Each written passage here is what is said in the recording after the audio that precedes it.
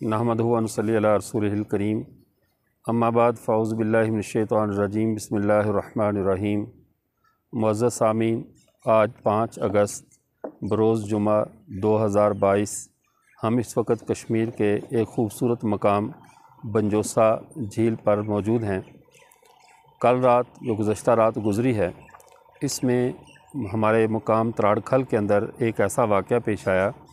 कि जिसको हमारे लिए तो कोई नया वाक़या नहीं कि कादियानी किसी भी जगह पर अपने मज़हब की या अपने एक बातिल निज़ाम की दावत दें और फिर उनको हर जगह पर जवाब दिया जाए।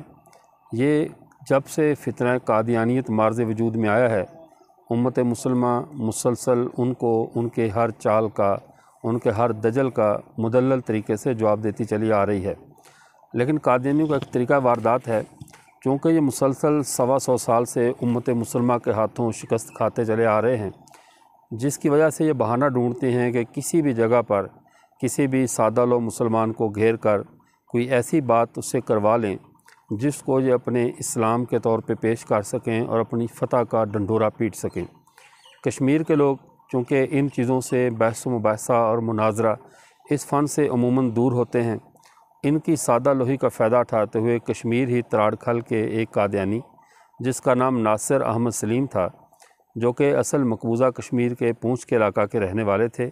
और 1923 में इनके पूरे ख़ानदान ने कादियानियत के अंदर इस्लाम से इर्तिदाद इख्तियार करके मुर्तद होकर कादियानी बने। फिर जब पाकिस्तान हिंदुस्तान की पार्टीशन हुई तो ये लोग पाकिस्तान में कश्मीर के त्राड़खल नामी मुकाम पर आ गए। फिर कुछ ये काफ़ी अरसा ये बाहर रहा। अभी जब कुवैत से वापस आया तो यहाँ मुसलमानों से सवाल करता और हर एक को यही कहता कि मैंने जितने भी कारियों और उलमा से बात की, कोई मेरे साथ बात करने के लिए तैयार नहीं होता। और बज़ाहिर उसने बड़ी धौंस जमाई हुई थी कि मैं बहुत बड़ा इनका मुरब्बी हूँ, मुनाजिर हूँ और क्या चीज़ हूँ। हमारे अहबाब इस मामले में फ़िक्रमंद हुए। हमारे आली मजलिस तहफ़्फ़ुज़ ख़त्म नबूवत के जहाँ के ज़िम्मेदारान ने इस मामले को संजीदगी से लिया। अगरचे बाज़ लोगों ने इसको सिर्फ़ एक मजाक की हद तक समझा कि ये शायद ऐसी है जैसे कादियानियों की पुरानी एक आदत होती है, उसी तर्ज़ पर महज़ ये बातचीत होगी और कुछ भी नहीं होगा। लेकिन चूँकि आली मजलिस तहफ़्फ़ुज़ ख़त्म नबूवत की शुरू से एक पॉलिसी है कि दुश्मन को कभी भी हल्का नहीं लेते, बल्कि उसकी तमाम चालों का भरपूर और आसान तरीके से हर वक्त मुहासबा करते हैं। हमारे मोहतरम भाई ज़ुहैब साहब दामत बरकातुहुम ये एक त्राड़खल के रहने वाले हैं। ये आलिम दीन नहीं, एक हाफ़िज़ कुरान और कारी हैं। इनको उन्होंने घेरा और कहा कि आप हमसे गुफ्तगू करें या कोई तरतीब बनाएं। तो खैर उन्होंने अक्लमंदी का सबूत देते हुए कि जिसका हक़ है, जिसका मनसब है, उसी के ज़िम्मे ये काम लगाया जाए, उन्होंने कोशिश की और मामला जहाँ तक लाए हमसे रब्ता किया। तो हम अपने टीम के साथ यहाँ पर पहुँचे ताकि गुफ्तगू करें और ऐसा ना हो कि हम इस मामले को हल्का लें और इस्लाम को इस मामले में कोई ज़ख्म पहुँचे और दुश्मन को हम इस्लाम और अहले इस्लाम पर हंसने का मौका मिले। बहरकैफ़ जब हमारी उससे गुफ्तगू हुई, देखने में तो बज़ाहिर शक्ल में ये ऐसे लग रहा है दुनियादार सा आम आदमी था, लेकिन जितनी उसने कुवैत में रहते हुए इस मौजू पे तैयारी की हुई थी, वो अच्छी खासी तैयारी करके आया था। ये अलग बात है, बातिल जितनी भी तैयारी से आए, जितनी भी क़ुव्वत के साथ आए, कभी हक़ पर गालिब नहीं आता। अल्लाह अपने दीन ही का नाम, अपने पैगम्बर ही का नाम ऊँचा रखते हैं। तो हमने पहले तो हमारे पलंदरी दारुल तालीमुल कुरान पलंदरी जो हमारा जामे है हज़रत मुफ्ती सईद यूसुफ़ साहब दामत बरकातुहुमुल आलिया का, तो उनके असातिज़ा कराम मौलाना यासिर साहब दामत बरकातुहुम के ज़िम्मे लगाया कि आप इस मामले को हैंडल करें। लेकिन बहरहाल बात यहाँ तक पहुँची कि हमें ख़ुद आना पड़ा। तो मैं वहाँ पर हाज़िर हुआ और हमारी रात उससे 2 घंटे और 24 मिनट तक तफसील से उसके साथ गुफ्तगू हुई, जिसमें कादियानियों का एक वही तरीका वारदात कि हमसे आज तक किसी ने बात नहीं की, हमारे साथ कभी भी उलमा इस मामले पर नहीं बैठे। ये ऐसा एक बदेही झूठ है जो हर कादियानी को सिखाया जाता है और उसको यूँ कहते हैं कि बड़ा मुतमिन रखा जाता है। और ये हकीकत है, दुनिया में हर मर्ज़ का इलाज तो हो सकता है, लेकिन खुश फहमी का अभी तक इलाज दरियाफ़्त नहीं हुआ। तो बहुत ज़्यादा खुश फहमी में थे इस मौजू पर कि हमारे के साथ किसी ने बात नहीं की। फिर जब मैंने उसके सामने ज़रा थोड़ी सी तारीख़ रखी कि क्या जब बहावलपुर के मुनाजरे में मुकदमा बहावलपुर में 10 साल तक मुकदमा चलता रहा, तो क्या उम्मत मुसलमान ने तुम्हारा जवाब नहीं दिया है? और 22 दिन तक जो पार्लियामेंट में कार्रवाई चलती रही, तो क्या उसमें तुम यकतरफ़ा ही अपने दलाइल देते रहे और वहाँ तुम्हारे मुकाबले कोई आलिम जवाब देने नहीं आया था, और उस यकतरफ़ा कार्रवाई तुम्हारी दलाइल सुनकर ही पार्लियामेंट ने तुम्हें काफिर करार दे दिया था? कैसी अहम काना बातें हैं कि तुम्हारे सामने आया भी कोई नहीं, और 22 दिन तक पार्लियामेंट में मुबाहिसा भी हुआ तो बगैर तुम्हारे सामने है, और फिर तुम्हें काफिर करार भी दिया। अदलिया के फ़ैसले, पूरी दुनिया की अदालतों के फ़ैसले, यानी कोई ये कादियानी चूँकि मज़हब की बुनियाद ही झूठ पर है, जिस पर हमें वो एक लतीफ़ा यहाँ पे याद आता है। गालिबन मौलाना लाल हुसैन अख्तर साहब रहमतुल्लाह अलैह जब उन्होंने कादियानियत को छोड़ा और छोड़कर इस्लाम में दाखिल हुए, तो कादियानी ने उनके ऊपर एक इल्ज़ाम आयद किया, ये डिग्रेड करने के लिए, उनके मकाम को मजरू करने के लिए। और एक मुनाजरे में उनसे कहा कि आप कैसे हो, आप तो हमने अपनी मस्जिद के इमाम थे इसलिए निकाला कि आप वहाँ घी के कनस्तर चोरी किया करते थे, तो उस वजह से आपको निकाला कि आप घी चोरी करते थे। तो मौलाना ने, जब लोग बड़े हैरान हुए कि ये कैसा अजीब इल्ज़ाम लगा रहे हैं कि मौलाना लाल हुसैन अख्तर घी के कनस्तर चोरी करते हैं, तो मौलाना लाल हुसैन अख्तर साहब ने कहा आपकी बात बिल्कुल दुरुस्त है, 100% दुरुस्त है कि आपने जो इल्ज़ाम आयद किया कि मैं घी के कनस्तर चोरी करता था, असल बात यह है उस वक़्त मैं एक चोर नबी के मज़हब पर था, तो जैसा मेरा नबी था वैसा ही उम्मती को होना चाहिए था। तो जब मेरा नबी की हालत ये थी कि अपने दादे की पेंशन चोरी कर लेता था और कौम के साथ ऑनलाइन फ्रॉड कर लेता था कि 50 किताबों के पैसे जमा करके 5 देकर छुट्टी करवा देता था, तो उम्मती ने तो उसी रंग में रंगना है ना जो रंग उसके नबी का हो। तो अगर मैंने चोरी किया तो मैंने अपने नबी से सीखा था, अब मैं तुम्हारे मज़हब को भी छोड़ चुका हूँ, मैं सच्चे और सुथरे नबी के मज़हब पर हूँ, तो अब मैं नहीं करता, मेरा किरदार वही है जो मेरे सच्चे नबी का किरदार है। तो बात एक कादियानियत की बुनियाद झूठ पर है, झूठ पर ये बात अपनी फ़रेब की बुनियाद रखते हैं कि हमारे सामने कोई नहीं। बार कैफ हमने इनकी ये तमन्ना भी पूरी कर दी, और ये रात एक तहरीर तय हुई इनके साथ, जिसकी वो मुकम्मल वीडियो तो नेट पे नशर हो चुकी है। इसमें कादियानी को हमने 1 नवंबर 2022 तक का वक़्त दिया है।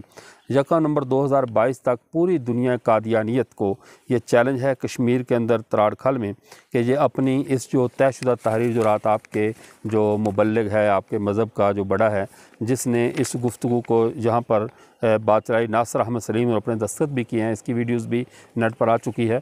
कि हम इस मौजू को अपने मुरब्बियों से डिस्कस करके, मैंने कुवैत जाना है, उसने 2 माह मांगे थे, हमने एहतियातन उसको 3 माह दिए, और हम यकीन करें अगर ये वक़्त हम क़यामत तक भी दे दें तो तब भी कादियानी मुनाजरे के लिए आने वाले नहीं हैं। तो हमें इनके पता है, इनके करतूतों का पता है, ये जहाँ पर इनका दजल चल सकता हो वहाँ ये अपनी पूरी कोशिश करते हैं, और जहाँ इनको पता हो कि वो यहाँ हमारा कुछ नहीं बनने वाला, तो वहाँ कहते हैं जरकाओ या जरक जाओ, जब खुद डराओ, अगर कोई ना डरे तो खुद डर कर भाग जाओ। इनकी यही पॉलिसी है, और हमें अल्लाह से उम्मीद वासक है कि कभी भी कादियानियत से ये हिम्मत नहीं होगी कि वो तराड़खल के अंदर आकर 1 नवंबर को मुनाजरे की तरतीब बनाएँ।